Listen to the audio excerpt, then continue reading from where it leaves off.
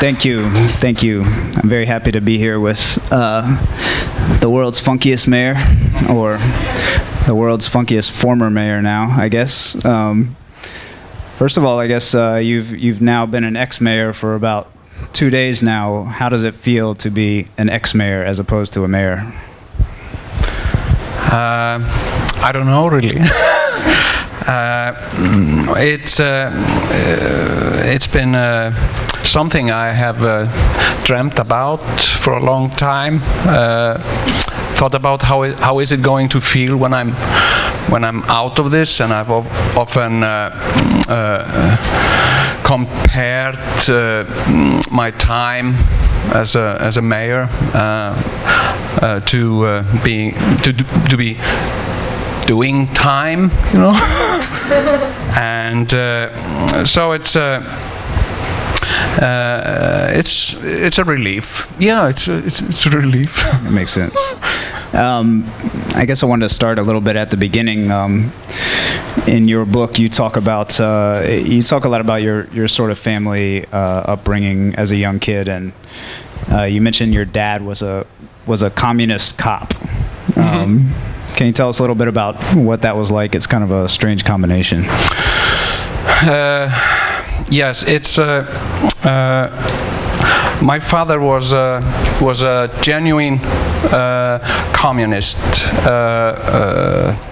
and he favored Stalin, and he thought highly of the Soviet Union. And he was member of different Iceland, USSR associations, and when he went on vacations, which he never took me on, they went to Bulgaria. That was in his mind the promised land. The best country on earth. So, but my mother did not share his communist views. So, and my father really liked to talk about politics, contemporary politics, and follow the news and try and get people into debates about politics. And my mother really disliked it. She had no interest in politics, and so I remember arguments, them arguing. My father trying to force an opinion out of her, and she denying to have an opinion. And when they changed general secretaries in the Communist Party, my father would receive a framed photo of the new general secretary, and then they would argue where it should hang, because my father wanted it to hang somewhere where everybody could see it. But my mother did not want it to hang anywhere, so it ended down in the basement, and there all the secretaries hung. And I remember when I was a teenager and when I started smoking, and I went down to the basement to smoke with Leonard Brezhnev and Stalin and all of them, just hanging there. And so you said that school was hell for you when you were growing up, and you've also written, when I was growing up, the greatest threat was considered TV and comics. Now it's the internet and computer games. I learned more from TV than from school. I love TV. Why was school such a negative for you, and what did you learn from TV?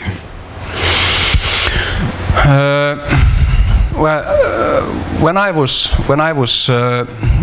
was really young, people perceived me as abnormal. I showed some abnormal behavior, and so after some series of interviews with doctors, I was sent to the Children's Psychiatry Hospital, where I was for about a year, when I was between 5 and 6, and went through all sorts of evaluations and tests and such, and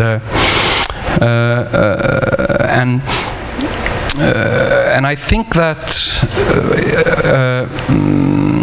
although my parents were very reluctant to talk about it and never said anything about it, and I tried asking my mother what was it, and she would never say anything about it. I was considered that I had some mental retardation, or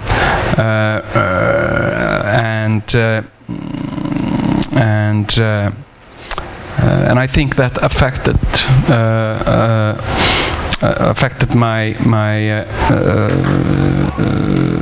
when I started going to school. Well, nobody expected much from me, really, you know. So,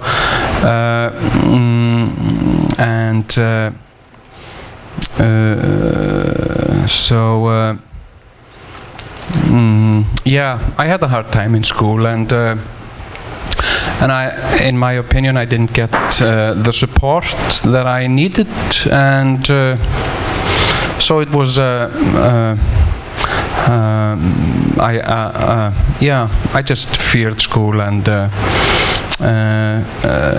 later there was some bullying and such, and so it was. I didn't like it there. But yeah, what did I learn from? Well, TV taught me everything that I found important. Through TV, I learned about nature, and I learned about different countries, and of course I learned English. I learned English from watching television, Little House on the Prairie. That's how I learned. Laura Ingalls taught me English, you know. So and TV was an endless source of different information. There's an interview with your wife in the book where she talks about the role that punk culture kind of played in both of your lives and in your sort of political consciousness, and you talk about anarchy and getting into anarchy as a young man. What were those scenes like in Iceland, and how did they kind of form you growing up? I was about 13 when I on TV saw the Sex Pistols perform Anarchy in the UK, and it blew me away. And what I remember most vividly about it was the lead singer was red-haired, and I didn't know if you were red-haired that you could be a lead singer. So I started looking for information about this group, and I found out it was considered punk rock, and so I started listening to more punk rock groups and reading the lyrics, and there was a lot of anarchy and anarchism in the lyrics, and I got obsessed with anarchism. Everything about anarchism appealed to me. It was like, you know, whatever I read, it's like, yeah, it's exactly how I think. It's exactly how I feel. So I identified with anarchism, and through my research, I discovered British punk band Crash, and Crash just became my life. I mean, they saved my life, and that was like really important message that I found in their lyrics. And I barely understood English, so I had to go through their lyrics with the help of a dictionary.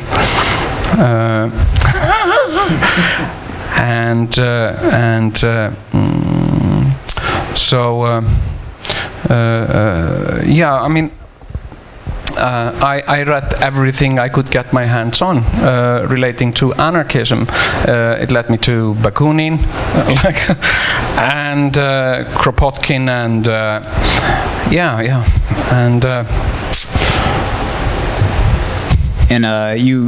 you had a lot of jobs pre-mayor. You were a cab driver, you were a comedian, you were an actor. None of those jobs traditionally thought of as pre-mayor type jobs. Just tell me a little bit about sort of the genesis of the Best Party, how the idea came about, and how you decided to get into politics in the first place. Well,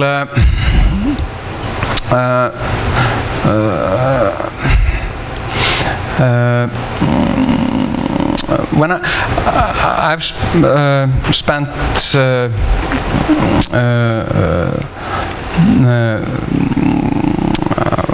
how do you say? I'm an independent, or used to be an independent artist, comedian, writer, worked in radio, and struggling all the time. So I got offered a job at an advertising agency as a creative, and it sounded very good. And that was in the boom, you know, like in 2007. And so it was like a steady job, and I was tired of all the struggle being an artist, and then came the crash in 2008, and I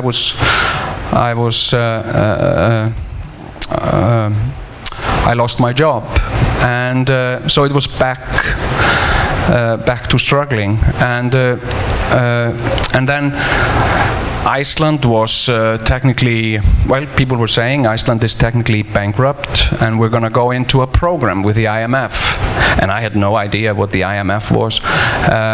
And everybody, like people in the creative industry, my friends, were saying, you know, what's the first thing that the IMF does when you go into a program? No, they close down the theaters, and they cut funds to the arts. So my future was pretty bleak, and somewhere in that, and it was due to the banks, but it was also somehow the politicians, and I'd never given the politicians much thought. I never followed politics with any interest, and I decided, why not become a politician? Why not come up with a political party? And it's I secured a domain, and I tried to make it look as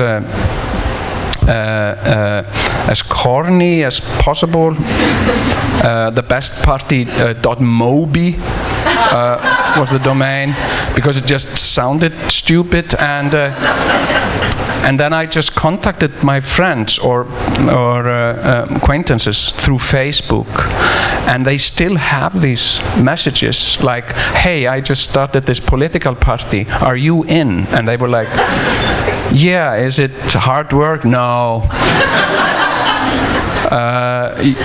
Your name and a photo will do. Like, and that's how it started.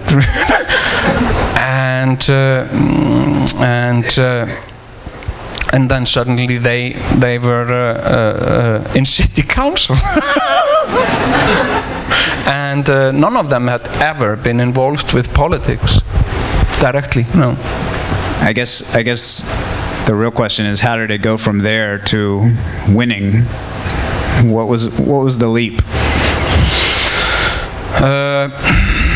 I really don't know, because I just, I told people, what do you want me to promise? I can promise you whatever you want to, because I'm going to break all my promises anyway. So what do you want? And people would say, free towels to the swimming pool? Sure, that's a promise. Vote for me and you'll get a free towel when you go to the swimming pool. Doesn't matter. Disneyland? Yeah. Sure, we'll have a Disneyland in Reykjavík. It's no problem. I'm friends with Disney on Facebook, so it's and but somehow people just accepted it. And I wasn't sure in the beginning if they would, but either way, whether we would win or lose, but either way we would have fun. We would have fun, and in these times after the crisis, it was a lot of uncertainty and fear lingering everywhere. People didn't know, what was going to happen, and this was just, something fun, something interesting in all the fear.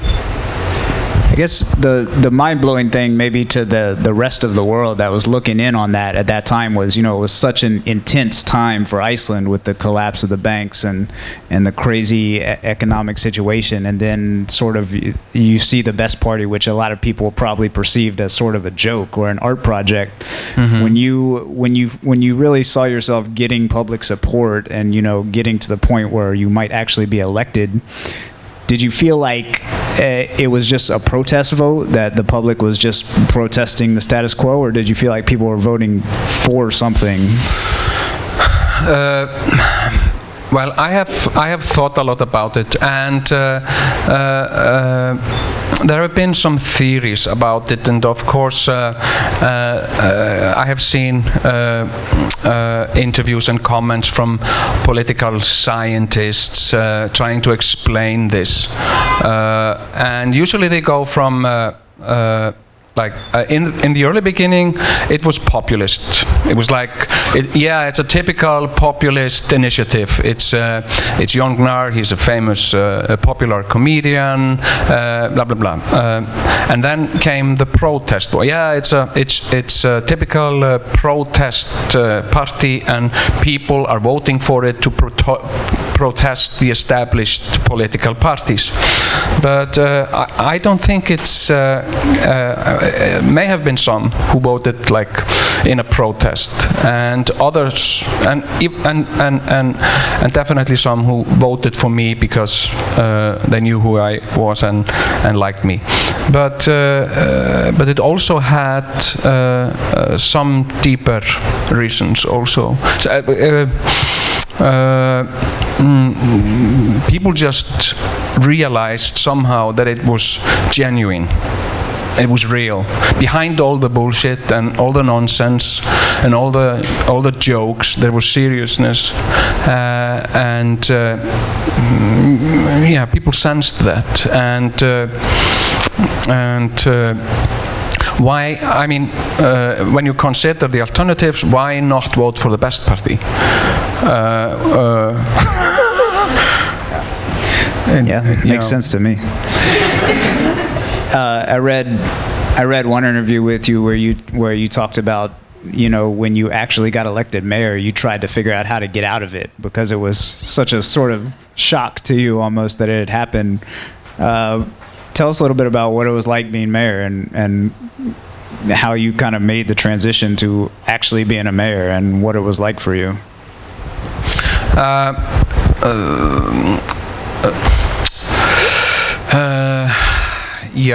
It has a lot to do with responsibility and accepting responsibility.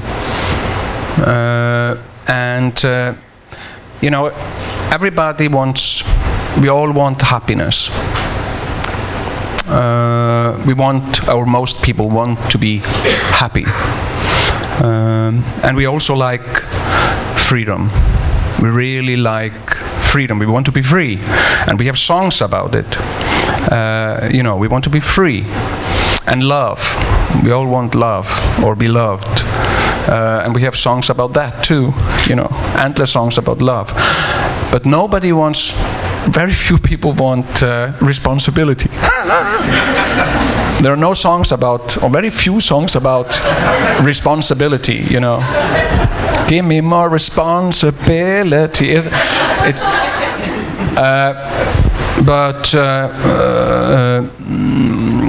Responsibility is, you know, there is no freedom without responsibility.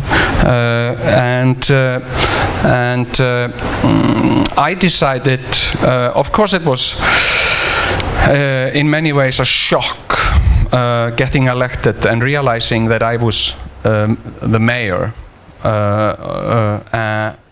And I had like stuff, and I was there are around 8,000 people who work for the city of Reykjavík, and I was head of it. And I just decided, you know, I will take responsibility. I will take this responsibility. I will meet this as like any other job, and I will try to do it as well as I possibly can, without losing my integrity and without losing myself in it. I will try and do this job, but at the same time I will stay true to myself. I will not change into something that somebody would like me to change into, and I will see how it works. And at times it was frustrating, and I had to make some really difficult decisions. And I also, when I was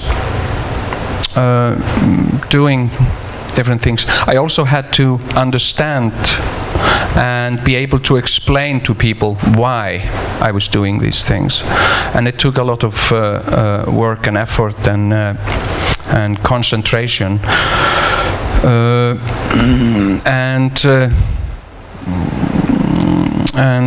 Yeah, I think it's mostly about responsibility. So it's I mean it's been tough at times, really tough. But I decided I will finish this the term, and I will not give up. And I want also to prove that, you know, what I got myself into, I want to prove that it's possible. I want to prove to people that you can do this. I mean, somebody like me can come up with a political party, do a campaign, win, be mayor, and do a good job. I wanted to prove it. Are there particular accomplishments that you're proud of during your term as mayor that you look back on now and you say, that's something I'm particularly proud of that I did? There are many things that I'm very, very proud of. And I could mention a few, but I don't know how interesting they are. Like the case of the Reykjavík energy company. We made an emergency rescue plan for the Reykjavík energy company, and that was very complicated and difficult. But what I am truly most proud of is that with the Best Party we were we were six people who got elected into city council, and nobody quit. Nobody broke down or gave up, and we're all still friends. And that's what that's something I'm very proud of. Because that's usually what happens when alternatives like the best party get elected. They just tire and give up, or break down from within, and just kind of fade away. We have seen that with in Europe, in many in Berlin, for instance, in the case of the Pirate Party. But that's not been the case with the best party, and everybody really wanted to continue. It was just I who decided, no, it's enough, we're going to the best party is a surprise party, and we can't have surprise after a surprise. It doesn't work that way. There's only one surprise. It's surprise, surprise, and then it's over. You cannot just when you come home and all your friends are there and you call, oh, surprise, surprise, wow, and you're so happy and surprised, but you cannot go out again and lock the door and come back in again and have a new surprise. It doesn't work. So and some of them some of the people I got involved are now continuing in politics and are even in parliament. So I'm very proud of that. I think a lot of people around the world looked at your election and the best party's election and said, this is something maybe that can happen in a city like Reykjavík, which is a small city of 300,000 and fairly might be judged to have few problems by global standards. Do you think that what you did is something that can be replicated in other places, different places, bigger cities with different problems and different populations? Yeah, definitely. I think this could happen and will happen in many different places. Maybe not in the bigger cities at first. It will start maybe in the smaller cities. But yeah, I think it's such a simple idea, and I think it can happen anywhere. You talk a little bit in the book about sort of the mixed reception, I guess, that you got from other politicians around the world and world leaders and various different mayors in different places. Who do you like politically? Are there other politicians that you like or that you look up to around the world?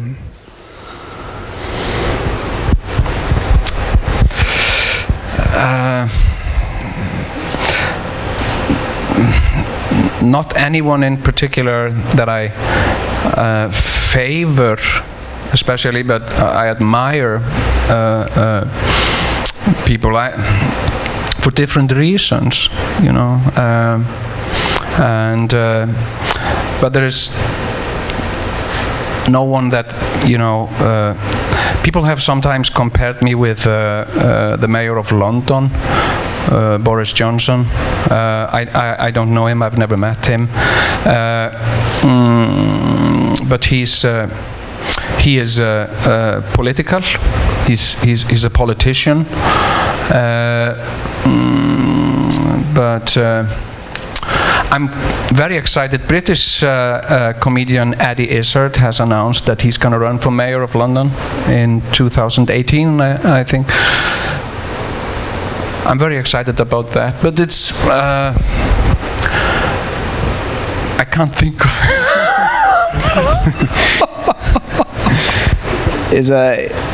of one thing that you say is a main flaw of democracy in general is it can be boring as hell. And you also talk about how going into this job, you're like, it's clear that this job is going to ruin my health. And even now, it sounds to me, sort of, now that you're out, as if it was a bit of a grind on you. Is there any way that you think democracy can be less boring and less of a deadly, dull grind? Are there improvements that can be made, or is this always going to be something that people have to feel like they need to sacrifice to do? It shouldn't be like that, but unfortunately, that is sort of the state of democracy right now, and in my opinion, it's many places it's in decline,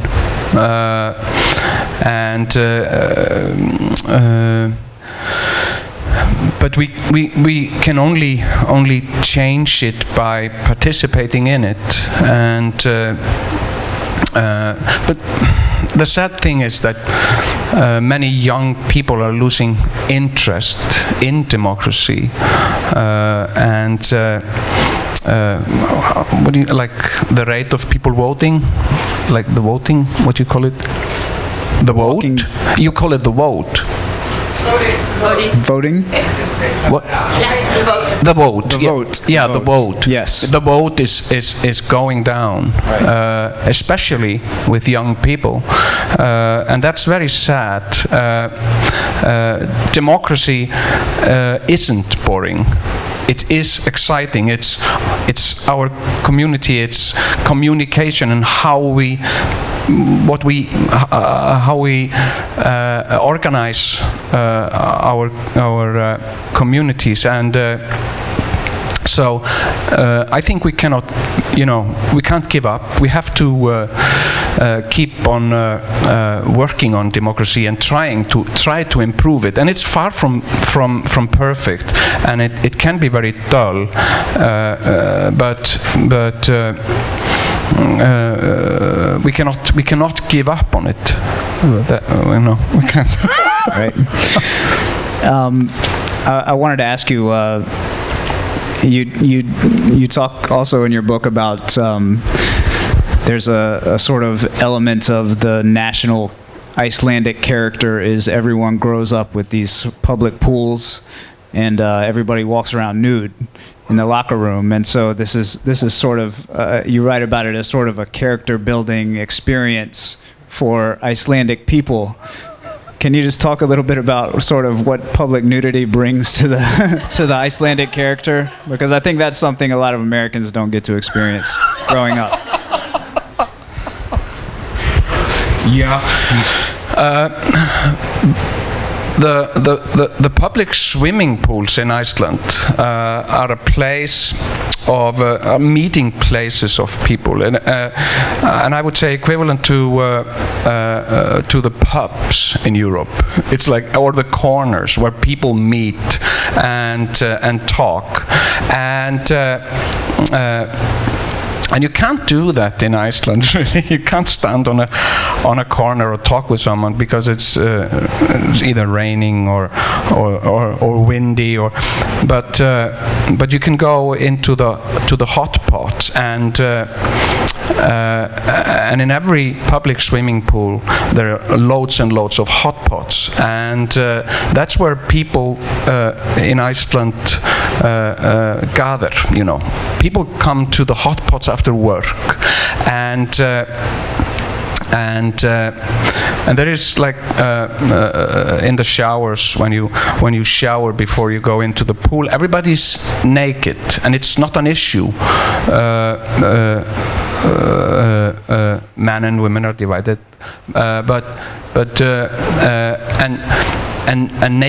naked man, like when I'm in the swimming pool, naked, like when I was mayor, and I'm in the swimming pool, I'm in the shower, and I'm naked, another naked man will come up to me and talk about something regarding the city, like some container outside his house or something, and it's absolutely normal. And then you go into the when you go into the hot pot in your swimming in your trunks, you cannot really judge people.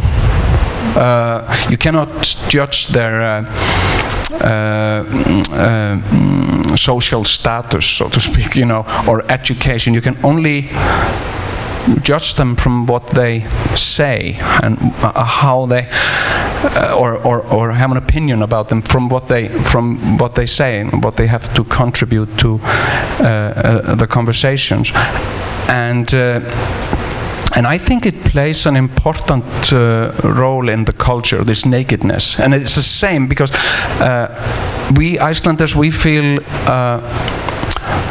we're so isolated, so far away in the middle of nowhere.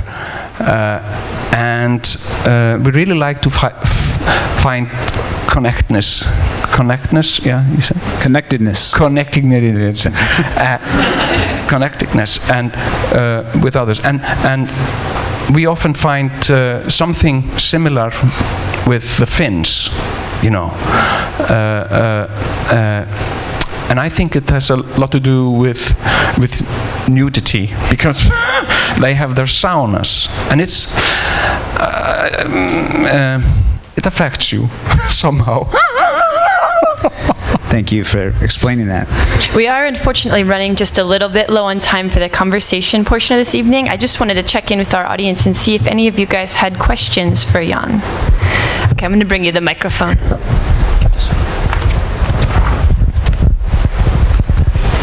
Thanks. So many people see your victory as, especially in America, where the younger generation leans towards anti-politician. They're kind of seen as proto-human, I think, in a lot of circles. What's one of the times when kind of the gears of politics stopped you from doing something you'd hoped you'd be able to do? When you had to make a tough decision as mayor that would kind of went against your normal intuitive thinking?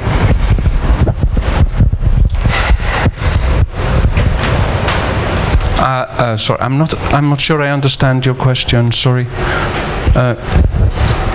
you want to? Sorry. A tough decision you had to make as mayor that you hoped, I guess, you wouldn't have to make. Were there any situations where, like you said, you were able to make some good strides in Reykjavík in terms of politics, good decisions you were able to make. Was there a time when there was an opinion in front of you, or a choice in front of you, and you unfortunately weren't able to succeed in kind of conveying your opinion and swaying, I guess, the current political state? I know that sometimes gears can grind in politics.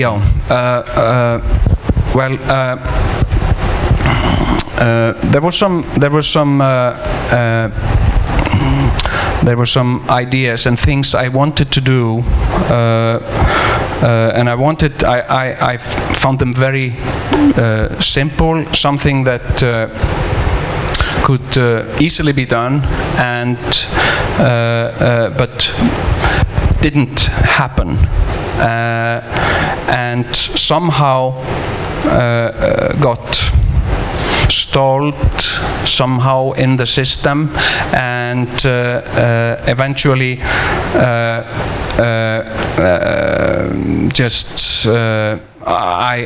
forgot about them.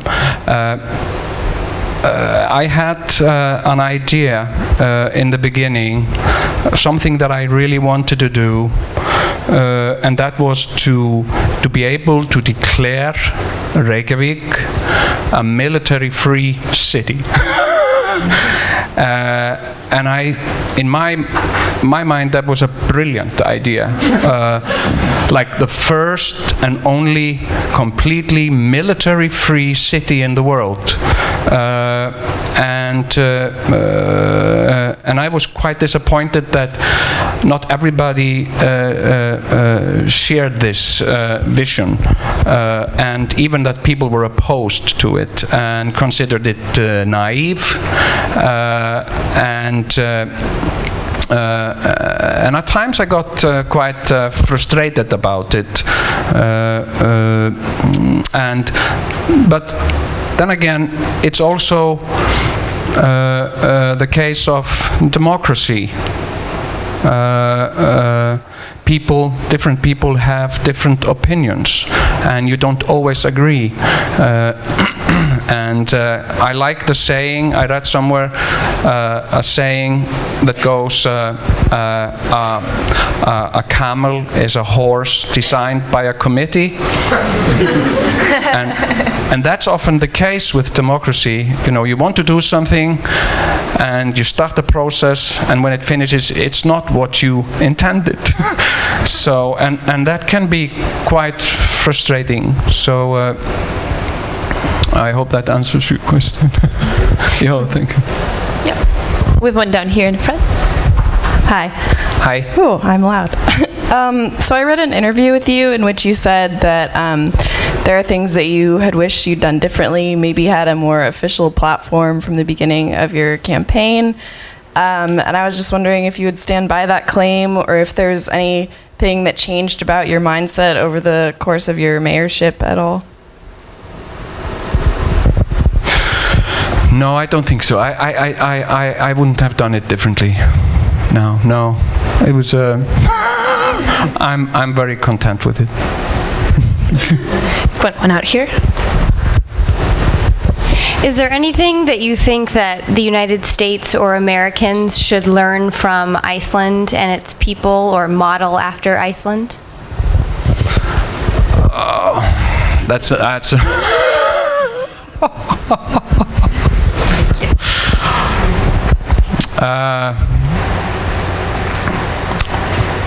yeah, nothing specific. just like with people. I mean,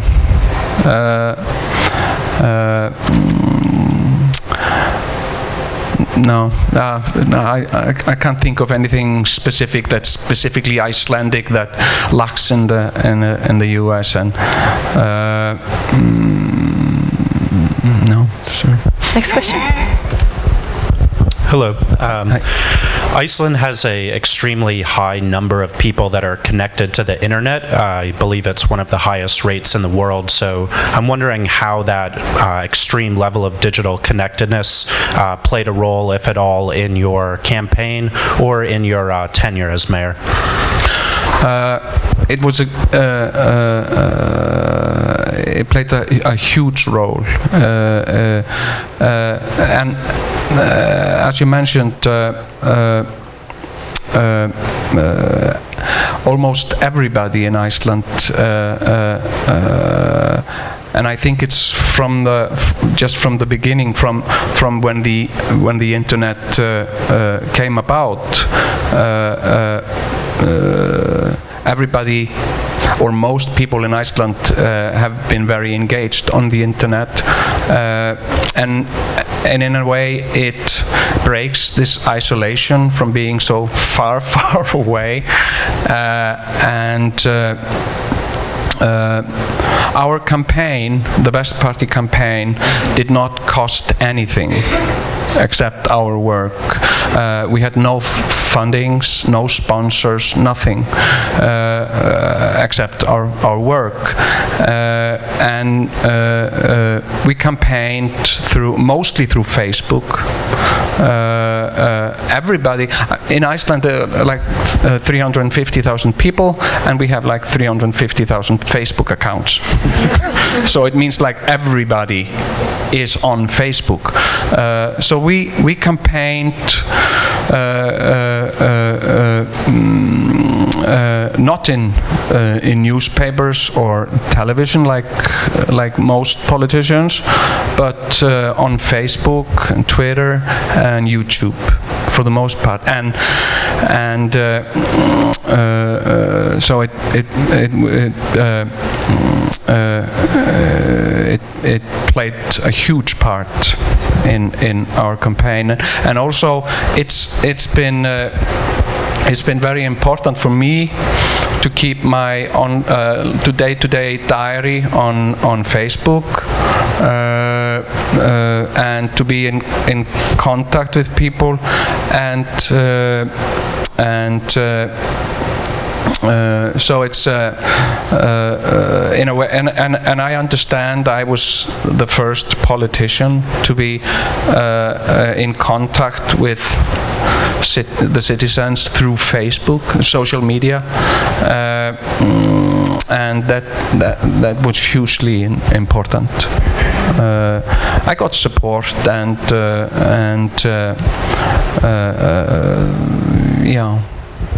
contact through the internet. Great. We have time for 2 more questions. Hi. You mentioned the best party is a sort of a surprise party in political terms. I wonder if it's possible to have surprises this size every 4 years, or if at the end of the day the responsibility in democracy relies on last and long established parties. I mean, is it compatible to have an stability and progress with this kind of surprises? Because I don't know if there's a new party on the mayorship right now in Reykjavík. Thank you. Well, I think the established political parties in the end have the ability to give the best result in the end. But the surprise parties add a flavor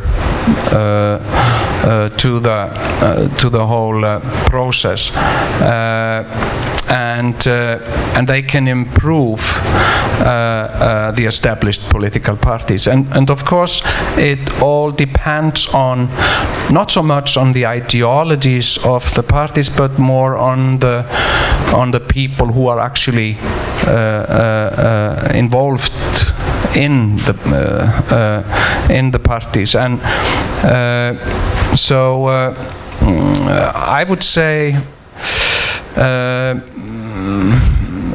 the more of all sorts, the better. So if you have established parties and also surprise parties and alternatives and initiative parties, it's like what I have complained about with politics in Iceland, at least. It's that it's too many say car salesmen involved in car salesman types involved, like salesman types in politics, and I would like to see more different types of people. But that doesn't mean I want the car salesmen to go away. You know, we don't need to get rid of the car salesmen, but also get more philosophers and more scientists and more of all sorts. So yeah, the more the merrier, I would say. Wonderful. Our final audience question comes from the back. Hæ. Hi. Mér langar bara að spyrja hvað það ætlar að gera næst og hvort þú getur nokkuð verið með sunnudagsmorgun með Jóni Gnarr. Wow, Icelandic. I just wanted to ask what he's going to do next and if he can replace my favorite TV show with a more favorite TV show of his own. I have no idea what I'm going to do next. I have not decided, and it was not the case that I gave up being mayor because something better was offered or something. I don't know.